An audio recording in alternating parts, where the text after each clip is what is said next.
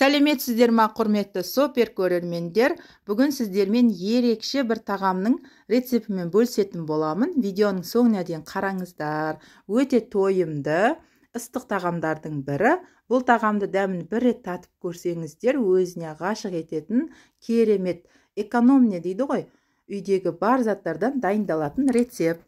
Ең алдымен видеоны бастамас бұрын, егер тіркелмеген болсаңыздар, подписаться жасап, қоңыраушаны басуды ұмытпаңыздар. Ал бисмилла деп бастаймыз. 500-600 граммдай ұн қажет болады. Сосын кішкене фарш қажет. Фарш қоспасаңыздар да болады.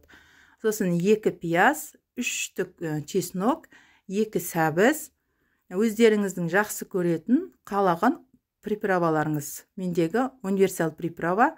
Сосын 1 ас қасық томат и қара бұрыш қажет болады. Ең бірінші біз қамыр илеуден бастаймыз. 200 граммдай стаканға су алып, соған 1 шай қасықта тұз қосамыз да, жақсылап араластырып аламыз. Суымыз бөлме температурасында болуы қажет. Қатты жылы емес, мұздай емес. Осыны жұмсақ етіп қамыр илейміз. Мінекей қамырымыз дайын. Осыған пакетін салып, бір шетке алып қоямыз. Оған дейін қамырымыз тынып тұрғанға дейін біз салмамыз дайындаймыз. Сәбізімізді осылай үкіштен өткізіп алған соң, пияздарымызды жіңішке етіп, осылай турап аламыз.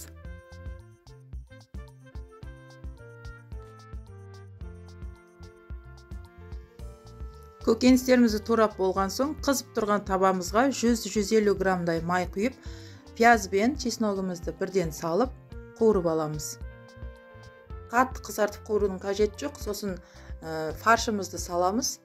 Осы сәтте фаршты қуырып жатқан кезде кішкене тұз қосып жібердім. Себебі фаршқа тұз сіңіп, әдемі дәмді болып пісетін болады. Негізі бұл тағамға фарш қоспасаңыздар да өзі дәмді тағам болып шығады. Енді осыған 1 ас қасық томатымызды қосып, 2 минут қуырып алған соң сәбізімізді қосамыз. Егер сіздер бұл тағамды аздау жасайтын болсаңыздар, 1 сәбіз, 1 пиязда жеткілікті болады. Мен бұл тағамды әркез пісірген кезде көптеу қылып, мол қылып жасауға тырысамын, себебі үйдегі балаларымның жақсы көретін ыстық тағамдардың бірі. Барлығымыз өте жақсы көріп, сүйсініп жейтін біздің жақсы көрген сүйікті тағамымыз. Сәбізіміз қуырылып болған соң, приправамызды, қара бұрышымызды қосып, осының үстіне мен 200 граммдай су құйдым. Суыны байқап құйыңыздар, көп болып кетпеу керек. Қазір мені араластырып болған соң, қараңыздар, осындай көлемде су болу керек. Енді осының бетін жауып, жай отта пісіріп аламыз.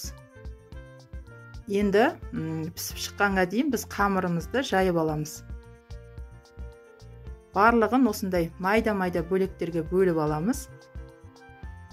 Сіздердің уақыттарыңызды алмау үшін мен барлығын түгел көрсеткен жоқпын. Міне, бөліп болдық осындай қылып.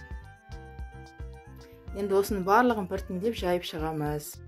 Егер сіздер осылай біртіндеп жайып отырам ба десеңіздер, ұзын оқтаумен бірден жайып, пісіретін табаның өлшемімен осылай кесіп алсаңыздар болады. Сол кезде бірден 4-5 кесіп аласыздар. Мен қазір сіздерге көрсету мақсатында кішілеу оқтаумен осылай столдың үстінде ыңғайлы етіп жайып шықтым. Әр жайған қамырларыңызды осылай арасына шашып қойып, біртіндеп қойып шығасыздар да, қызып тұрған табаға ешқандай май жақпаймыз. Осылай бір жағын қызартып қуырып аламыз. Қызару міндетті емес. Осылай өзін піскені байқалған соң, екінші жағын аударамыз. Қамырымыз өте жұқа болғандықтан тез пісіп шығады. Барынша жұқа етіп жаюға тырысыңыздар. Енді осыған салмамызды салып, жайып аламыз. Енді осыған екінші қамырымызды саламыз. Салмамызды жайып, жағып, екінші қамырымызды салғанға дейін қамырымыздың мына беті де пісіп қалды. Осылай аударып аламыз да, тағы да салмамызды салып, жайып аламыз. Осы ретпен біртіндеп аударып пісіріп аласыздар. Енді үшінші қамырымызды салдық. Құрметті менің супер көрермендерім, егер рецепт ұнап жатса, лайк басып, комментарий жазуды ұмытпаңыздар. Сіздердің әрбір қолдауларыңыз мен үшін өте маңызды. Енді барлық салмамызды осылай рет-ретімен салып, пісіріп аламыз.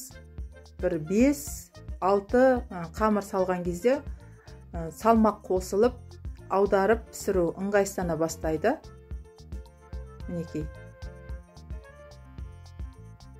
Осылай барлығын, міне мен 4 қамыр салдым.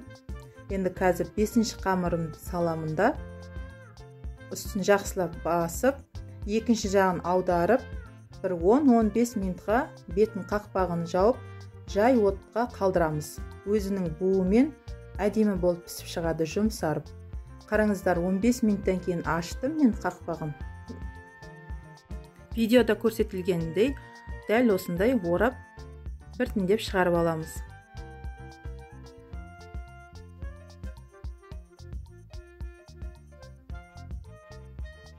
Неке қамырымыз жұмсақ болып пісіп шықты.